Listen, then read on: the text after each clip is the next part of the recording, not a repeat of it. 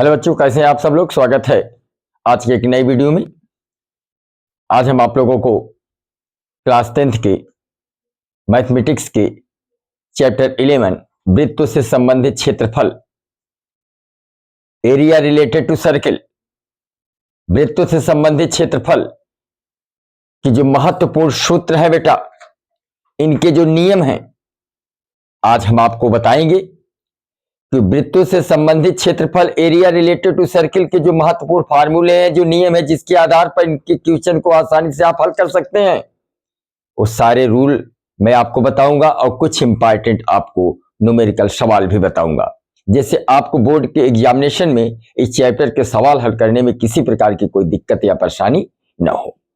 तो पहले समझिए कि जैसे जो वृत्त होता है बेटा, जैसे मान लीजिए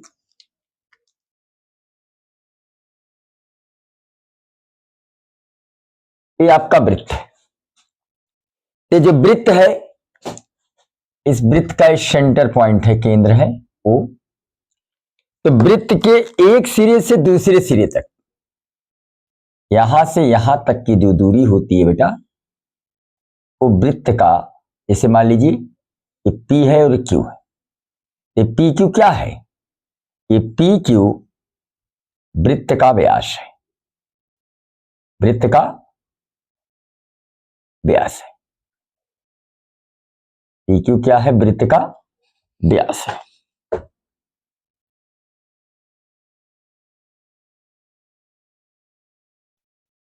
और जो केंद्र से दूरी होती है, जैसे OP बराबर OQ, ये वृत्त की त्रिज्या है बेटा, वृत्त की त्रिज्या है, जिसको हम R से निरूपित करते हैं। किससे निरूपित करते हैं? R से। इसीलिए कहा जाता है कि वृत्त, अगर वृत्त का व्यास दिया हो, वृत्त का व्यास दिया हो और वृत्त की त्रिज्या ज्ञात करनी हो, तो वृत्त की त्रिज्या R बराबर सूत्र हो जाएगा व्यास के बटे 2। या इसको ऐसे भी कह सकते हो, अगर हम R के बटे 1 कर दें और बराबर इधर व्यास के बटे 2 कर दें और तिर्यक गुणा करें, तो व्यास का व्यास बराबर क्या हो जाएगा? 2 गुणित त्रिज्या। यानी व्यास बराबर 2 गुणित त्रिज्या भी होता है और त्रिज्या बराबर व्यास के बटे 2। यानी अगर वृत्त का व्यास दिया हो तो आसानी से आप त्रिज्या निकाल सकते हैं। अगर आपको त्रिज्या दिया हो तो आसानी से त्रिज्या का 2 गुना कर देंगे तो आपको वृत्त का व्यास ज्ञात हो जाएगा। और इसके कुछ फार्मूले इस प्रकार है, जैसे वृत्त का क्षेत्रफल बेटा, वृत्त का क्षेत्रफल बराबर सूत्र होता है पाई आर स्क्वायर, जहां आर क्या है बेटा? वृत्त की त्रिज्या है, आर वृत्त की त्रिज्या है।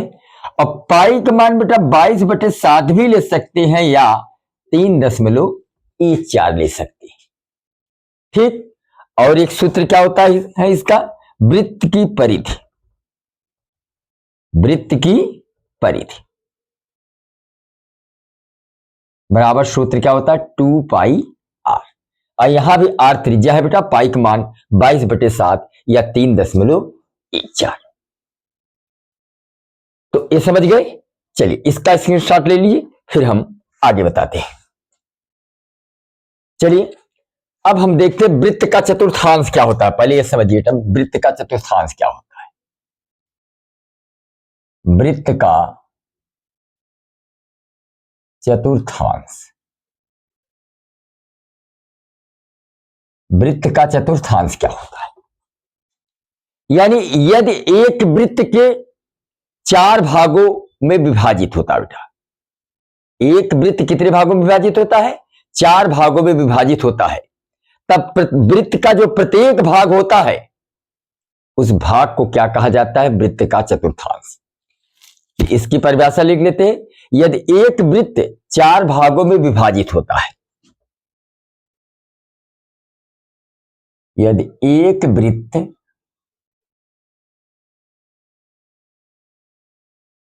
चार भागों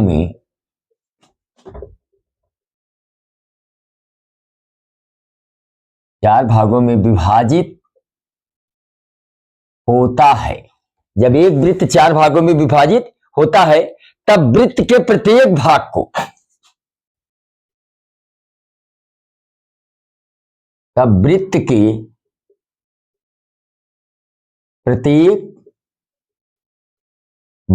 को वृत्त का चतुर्थांश कहते हैं।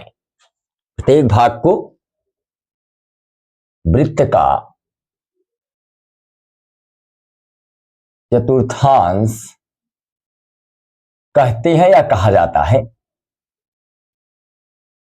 कहते हैं। तो समझ गए वृत्त का चतुर्थांश क्या होता है। अब इसके दो फार्मूले होते हैं बेटा। तो वृत्त के चतुर्थांश का कभी कभी परिमाप पूछ देता है और कभी कभी वृत्त के चतुर्थांश का क्षेत्रफल पूछ देता है। ठीक, तो अगर मान लीजिए वृत्त के चतुर्थांश का परिमाप पूछ दे, वृत्त के चतुर्थांश का परिमाप पूछते बेटा, वृत्त के चतुर्थांश का परिमाप पूछ दे तो इसका सूत्र होता है पाई आर के बटे 2 + 2r।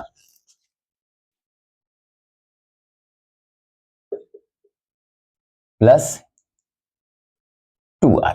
अब यहां भी क्या होता है बेटा, r त्रिज्या है, जहां r क्या है, त्रिज्या है। अब पाई का मान बेटा 22/7 या 3.14 रखते हैं। और वृत्त के चतुर्थांश का क्षेत्रफल, वृत्त के चतुर्थांश का क्षेत्रफल, इसका सूत्र होता है बेटा 1/4 पाई आर स्क्वायर। क्या होता है, 1/4 पाई आर स्क्वायर, या इसको ऐसे भी कर सकते हो पाई आर स्क्वायर बटे 4, ऐसे भी आप कर सकते हो। तो अगर तो समझ गए वृत्त का चतुर्थांश क्या होता है। यदि एक वृत्त चार भागों में विभाजित हो तब वृत्त के प्रत्येक भाग को वृत्त का चतुर्थांश कहते हैं। वृत्त के चतुर्थांश के परिमाप सूत्र होता है पाई आर स्क्वायर बटे पाई आर बाई 2 + 2r, जहां r क्या है, त्रिज्या है। और वृत्त के चतुर्थांश का क्षेत्रफल बराबर सूत्र होता है 1/4 पाई आर स्क्वायर। अब हम चर्चा करते हैं त्रिज्यखंड के विषय में। त्रिज्यखंड क्या होता है, जैसे किसी त्रिज्यखंड के संगत चाप को, किसी त्रिज्यखंड के संगत चाप को किसी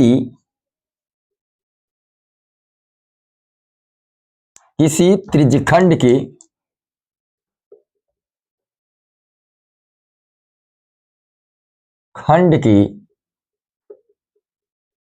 संगत चाप को, किसी त्रिज्यखंड के संगत चाप को उस त्रिज्यखंड का चाप कहते हैं।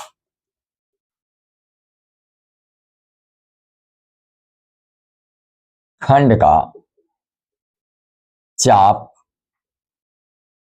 कहते हैं। अब जैसे बेटा एक हम वृत्त बना लेते हैं, जैसे वृत्त है, इस वृत्त का केंद्र O है,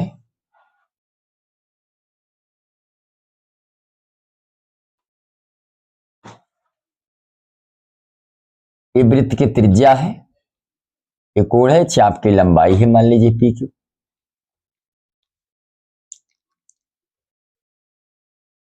इसके बीच की दूरी ठीक, तो आपका PQ, ये चाप की लंबाई है L और इस वृत्त का त्रिज्या क्या है R। यदि वृत्त की त्रिज्या R हो और कोण थीटा हो और चाप की लंबाई L हो, चाप की लंबाई L हो, तब जो है इसके कई सूत्र होते हैं। जैसे त्रिज्यखंड के चाप की लंबाई के सूत्र क्या होता है, त्रिज्यखंड का क्षेत्रफल का सूत्र क्या होता है, चाप की लंबाई के रूप में त्रिज्यखंड का क्षेत्रफल सूत्र क्या होता है, इन सब के विषय में हम चर्चा करेंगे। पहले आप इसका स्क्रीनशॉट, जैसे बेटा त्रिज्यखंड की बात करें, त्रिज्यखंड के चाप की लंबाई क्या होती है पहले जैसे मान लीजिए वृत्त है, इस वृत्त का केंद्र O है, यहां मान लीजिए चाप P और क्यू है। यहां इस चाप की लंबाई हुई बेटा, यहां से यहां तक की दूरी क्या होती है, चाप की लंबाई होती है। ये वृत्त की त्रिज्या है आपकी, ये वृत्त की क्या है, त्रिज्या है।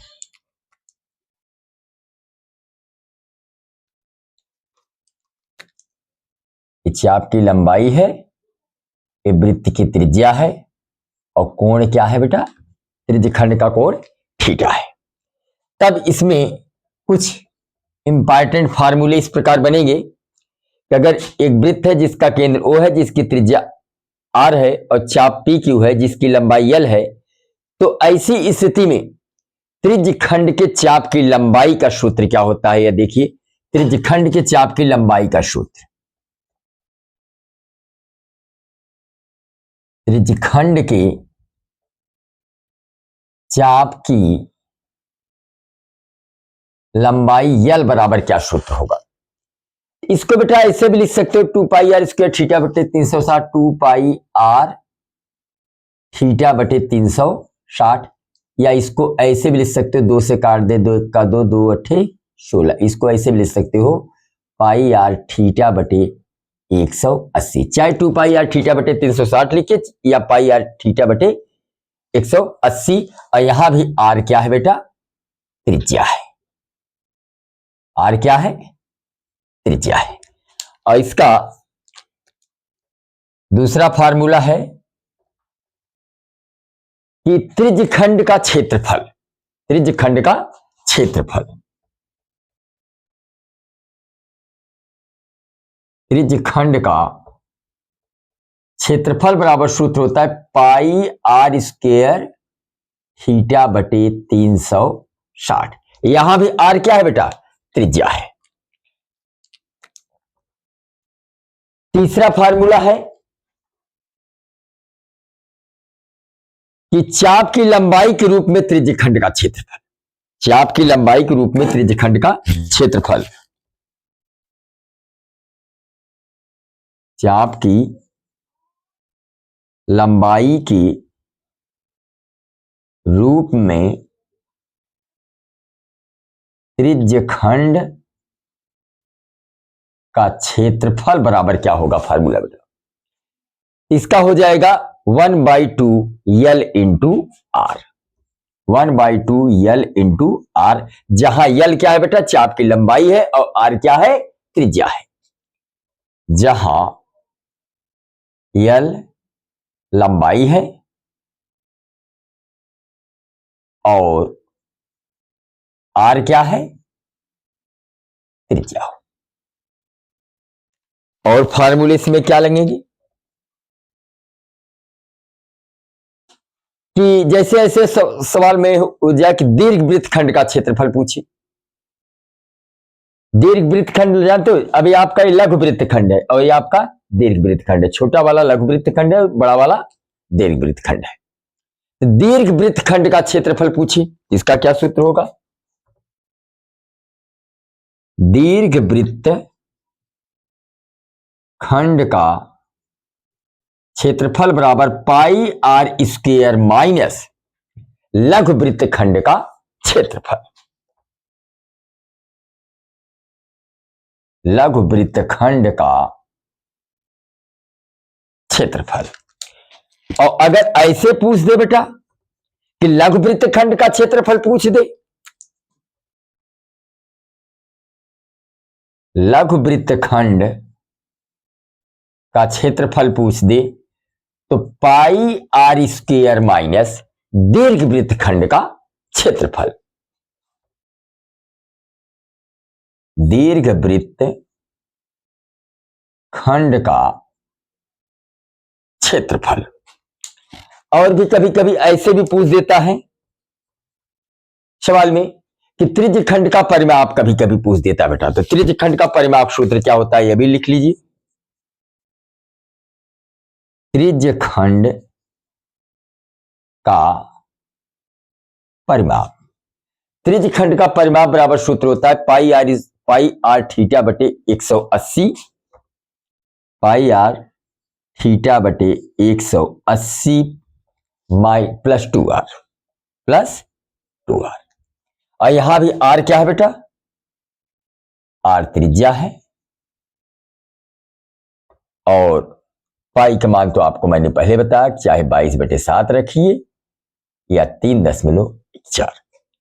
तो चलिए इसका स्क्रीनशॉट ले लें, फिर अगला फार्मूला देखते हैं। अब हम चर्चा करते हैं, जैसे बेटा कभी कभी लघु वृत्तखंड का क्षेत्रफल या दीर्घ वृत्तखंड का क्षेत्रफल पूछ देता है, तो उसको हम कैसे निकालेंगे। तो पहले समझिए कि लघु वृत्तखंड क्या होता है, दीर्घ वृत्तखंड क्या होता है। जैसे मान लीजिए बेटा ये आपका वृत्त है,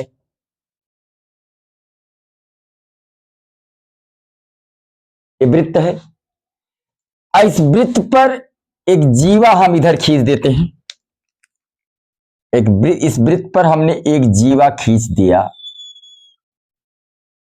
P और Q। इस वृत्त का केंद्र क्या है बेटा, O है। तो यहां पर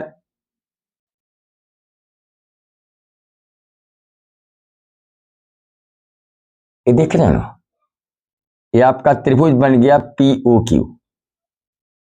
एक त्रिभुज बन गया क्या, POQ। ये POQ आपका त्रिभुज बन गया। यहां पर मान लीजिए एक बिंदु हम ले लें, x मान लें, तो PXQ, ये PXQ जो है, ये वाला भाग, ये वाला भाग जो देख रहे हो बेटा, आपका ये वाला जो भाग देख रहे हो, ये आपका जो है लघु वृत्तखंड है। ये आपका क्या है, ये आपका लघु वृत्तखंड है। ये आपका ये PXQ क्या है, ये आपका PXQ, ये लघु वृत्तखंड है।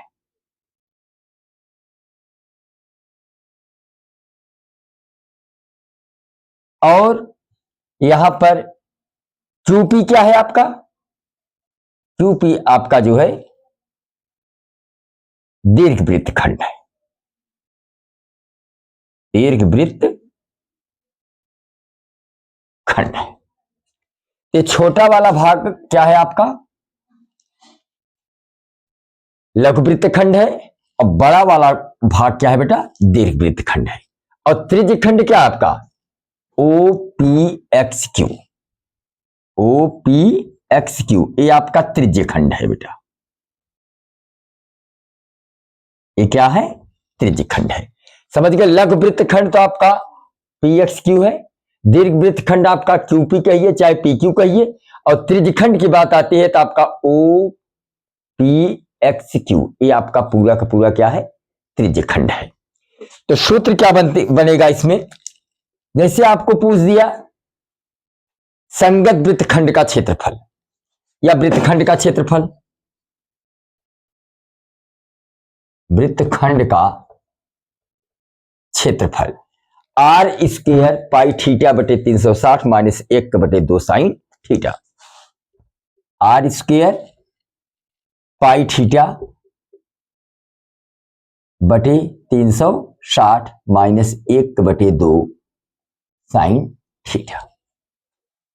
समझ गए, यह है वृत्तखंड का क्षेत्रफल या संगत वृत्तखंड का क्षेत्रफल का सूत्र। और यहां भी R क्या है बेटा, त्रिज्या है, याद रखना,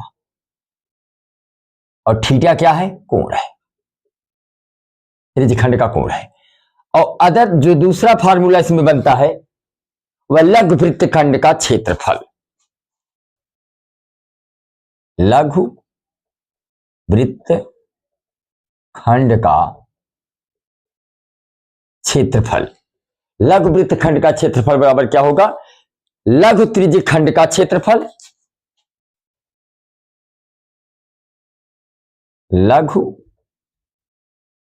त्रिज्य खंड का क्षेत्रफल माइनस त्रिभुज POQ का क्षेत्रफल, त्रिभुज POQ का क्षेत्रफल, त्रिभुज POQ का क्षेत्रफल। यानी इस आप लघु त्रिज्यखंड के क्षेत्रफल में से अगर त्रिभुज, ये आपका जैसे त्रिज्यखंड का क्षेत्रफल है OPQQ, यक्स क्यू, ये आपका त्रिज्यखंड का क्षेत्रफल है। इसी में से अगर हम ओ पी क्यू इस त्रिभुज के क्षेत्रफल को घटा देंगे तो हमें इस लघु वृत्तखंड का क्षेत्रफल मालूम हो जाएगा। समझ गए नहीं? इसको ऐसे भी लिख सकते हो कि त्रिज्यखंड, ऐसे भी लिख सकते हो, या त्रिज्यखंड पी एक्स, त्रिज्यखंड ओ पी एक्स क्यू, त्रिज्यखंड ओ पी एक्स क्यू का क्षेत्रफल माइनस त्रिभुज पी ओ क्यू का क्षेत्रफल।